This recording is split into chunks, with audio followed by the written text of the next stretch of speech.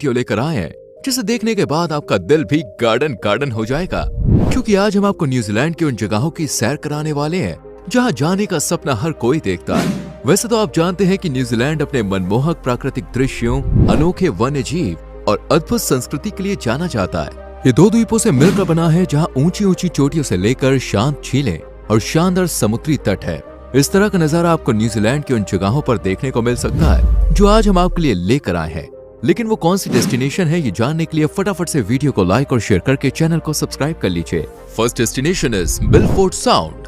दोस्तों, अगर आप न्यूजीलैंड के सफर पर जा रहे हैं और आपने अपनी लिस्ट में फियोर्डलैंड नेशनल पार्क में स्थित मिलफोर्ड साउंड को शामिल नहीं किया है तो ये एक बड़ी भूल हो सकती है, क्योंकि न्यूजीलैंड का ये खूबसूरत द्वीप जो उत्तरी और दक्षिणी द्वीपों से मिलकर बना है आपको जीवन भर याद रहने वाला है। आप यहाँ के खूबसूरत प्राकृतिक पार्क और समुद्री रिजर्व, हरे भरे वर्षावन, शानदार पहाड़ और झरने देख सकते हैं जिनका कलकल बहता पानी आपकी आंखों को ठंडक और मन को शांति पहुंचाने के लिए काफी है। लेकिन अगर आप एक ऐसी जगह की तलाश कर रहे हैं जहां पे आप प्रकृति के साथ कुछ लम्हे गुजार सके तो इसके लिए आपको फियोर्डलैंड नेशनल पार्क में जाना होगा, जो न्यूजीलैंड के 7 आइलैंड में बसा हुआ है।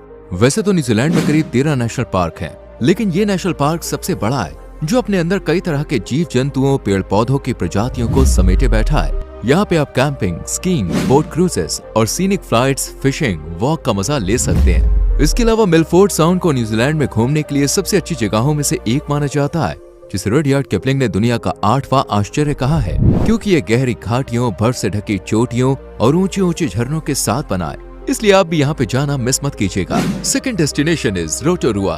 भाई, अब हमारी अगली डेस्टिनेशन है रोटोरुआ, जो दुनिया का एक ऐसा जियोथर्मल रीजन है जो काफी हद तक ड्रामेटिक टोपोग्राफी लगता है, जहाँ आपको सैर सपाटे के लिए जरूर जाना चाहिए, क्योंकि यहाँ पे आपको फूटते गीजर, बुदबुदाते मिट्टी के बर्तन, धुआं उगलते भाप के वेंट और कई गर्म झरने देखने को मिलेंगे, जिनमें से कुछ नहाने के लिए है।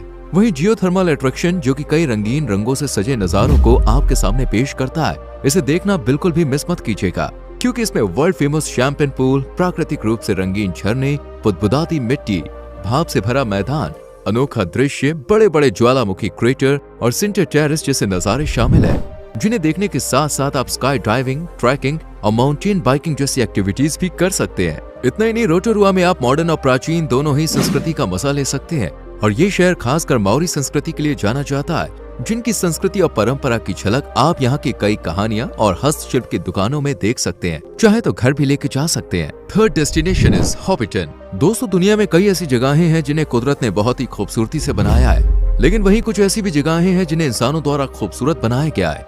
ऐसी ही एक अद्भुत कलाकृति दी हॉबिट मूवी का सेट है।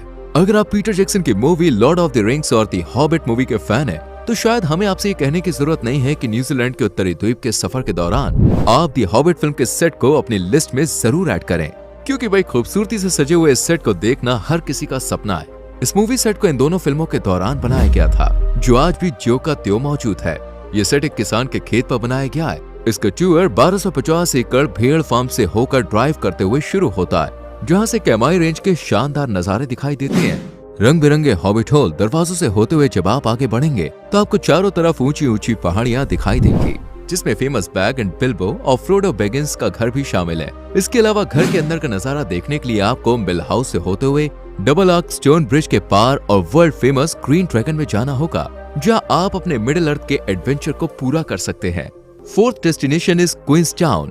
क्वींसटाउन न्यूजीलैंड का एक अनोखा और दिलचस्प शहर है। ये शहर दक्षिण पश्चिमी क्षेत्र में स्थित वाकाटिपू झील के किनारे बसा है, जो अपनी कई एडवेंचर एक्टिविटीज के लिए जाना जाता है। साथ ही एक्सट्रीम स्पोर्ट यहाँ के मुख्य आकर्षणों में से एक है, जिसमें कवारो ब्रिज से बंजी जंपिंग से लेकर शॉटवा नदी में व्हाइट वाटर राफ्टिंग तक शामिल है।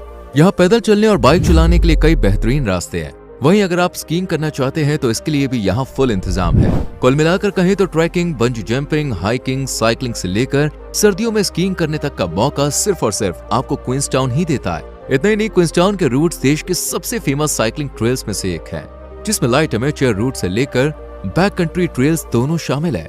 लेकिन अगर आप सुकून के कुछ पल अपने पार्टनर के साथ बिताना चाहते हैं तो इसके लिए आपको वाकाटिपू झील पर जाना होगा, जो न्यूजीलैंड की तीसरी सबसे बड़ी झील है और 372 मीटर की गहराइयों तक पहुंचती है। इस झील के नीले नीले पानी को देखते हुए आप आसपास बिखरी हरियाली का आनंद भी ले सकते हैं। वहीं सेंट्रल क्वींसटाउन से सिर्फ 40 मिनट की ड्राइव पर द रिमार्केबल्स अपने दोस्ताना माहौल, ऊंचाई और उत्तर की ओर धूप वाली ढलानों के लिए जाना जाता है। यहाँ पर हर किसी के लिए कुछ न कुछ है, जैसे फ्री स्टाइल इलाके, बड़े बड़े पहाड़, फ्री राइड इलाके और दुनिया के कुछ बेहतरीन अल्पाइन दृश्य जहाँ आप स्कीइंग और स्नोबोर्ड का मजा ले सकते हैं। वहीं सिटी सेंटर में आप अपनी शाम को रंगीन और दिलचस्प बना सकते हैं, जहाँ फास्ट फूड से लेकर आप सी फूड तक का लुत्फ उठा सकते हैं। ताजगी देने वाली चाय से लेकर बोतल खोलकर पार्टी का माहौल भी बना सकते हैं। इतना ही नहीं, शॉपिंग तक का यहाँ फुल इंतजाम है, तो इसलिए जेब थोड़ी फुल करके जाइएगा। Fifth destination is Tongariro. वही हमारी 5वीं डेस्टिनेशन है टोंगारीरो नेशनल पार्क, जो न्यूजीलैंड का सबसे पुराना नेशनल पार्क और ड्यूअल वर्ल्ड हेरिटेज साइट है। ये दर्जा इस पार्क को इसलिए दिया गया है क्योंकि इस पार्क में माओरी सांस्कृतिक पहचान और ऐसा हैरान कर देने वाले दृश्य शामिल है, जिन्हें देखने के बाद आप भी यहाँ से जाना नहीं चाहेंगे।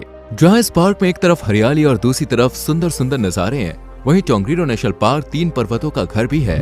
नगारू होए सबसे युवा ज्वालामुखी और टोंगारीरो जिसका लैंडस्केप 30,000 सालों में विकसित हुआ है। वहीं बात आप टोंगारीरो अल्पाइन क्रॉसिंग की करें तो यहाँ पे जाना तो आप बिल्कुल भी मिस नहीं करना, क्योंकि ये क्रॉसिंग न्यूजीलैंड में फेमस सिंगल डे ट्रैक के तौर पर जाना जाता है और इसे वर्ल्ड के टॉप 10 सिंगल डे ट्रैक्स में से एक माना गया है, जहाँ पे आप 19 किलोमीटर तक पैदल यात्रा कर सकते हैं और सफर के मजे लेते लेते जड़ी बूटियों के खेतों से लेकर शांत झीलों वाले जंगलों तक को निहार सकते हैं। इस ट्रैक के बारे में सभी जानकारी आपको टोंगारीरो नेशनल पार्क में मिल जाएगी। इस क्रॉसिंग का आनंद लेने के लिए दुनिया भर से लोग आते हैं। वहीं यहाँ पर कई शानदार पैदल यात्राएं भी हैं, यानी आप स्काईलाइन, तामा झीलें और मीर्स वॉल जैसी शानदार दृश्यों को पैदल चलकर अपने पार्टनर का हाथ में हाथ पकड़े देख सकते हैं, जो ड्यूअल वर्ल्ड हेरिटेज वाले टोंगारीरो नेशनल पार्क में ऊंचाई से शुरू होती है। लेकिन अगर आप एडवेंचर लवर हैं और टोंगारीरो में कुछ एडवेंचर स्पॉट ढूंढ रहे हैं, तो आप बिल्कुल सही जगह पे आए हैं, क्योंकि यहाँ पे आपको वो सब कुछ मिलेगा जो कहीं और नहीं। जी हाँ, टोंगारीरो नेशनल पार्क में बाइकिंग, राफ्टिंग, स्कीइंग, यहाँ तक कि आप हाइकिंग का भी लुत्फ उठा सकते हैं। लेकिन साल के कौन से महीने में आपको हाइकिंग के लिए यहाँ पे आना है, ये भी हम आपको बता देते हैं। दोस्तों, क्रॉसिंग पर हाइक करने के लिए सबसे अच्छा टाइम है नवंबर की शुरुआत से लेकर नवंबर के बीच का, क्योंकि इस वक्त ट्रैक पर बर्फ नहीं होती। हालांकि झीलों और क्रेटरों के आसपास बर्फ की चादर बिखरी होती है, जिससे आपको शानदार नजारे देखने को मिल जाएंगे। अगर नवंबर में नहीं आ सकते तो अप्रैल का महीना भी एकदम बेस्ट है, क्योंकि इस महीने में यहाँ ज्यादा भीड़ नहीं होती। तो दोस्तों, ये थी वो 5 डेस्टिनेशंस जो आपको न्यूजीलैंड में जाकर एक बार तो जरूर देखनी चाहिए। वैसे आपको इनमें से कौन सी जगह सबसे ज्यादा पसंद आई, या आपके पास कोई नई रिकमेंडेशंस है, तो कमेंट करके जरूर बताएं। वीडियो को लाइक और शेयर करके चैनल को सब्सक्राइब करें, बेल आइकॉन प्रेस करें, जिससे आपसे आने वाली वीडियोस मिस ना हो। मिलते हैं आपसे अगली वीडियो में। Till then, bye bye, take care.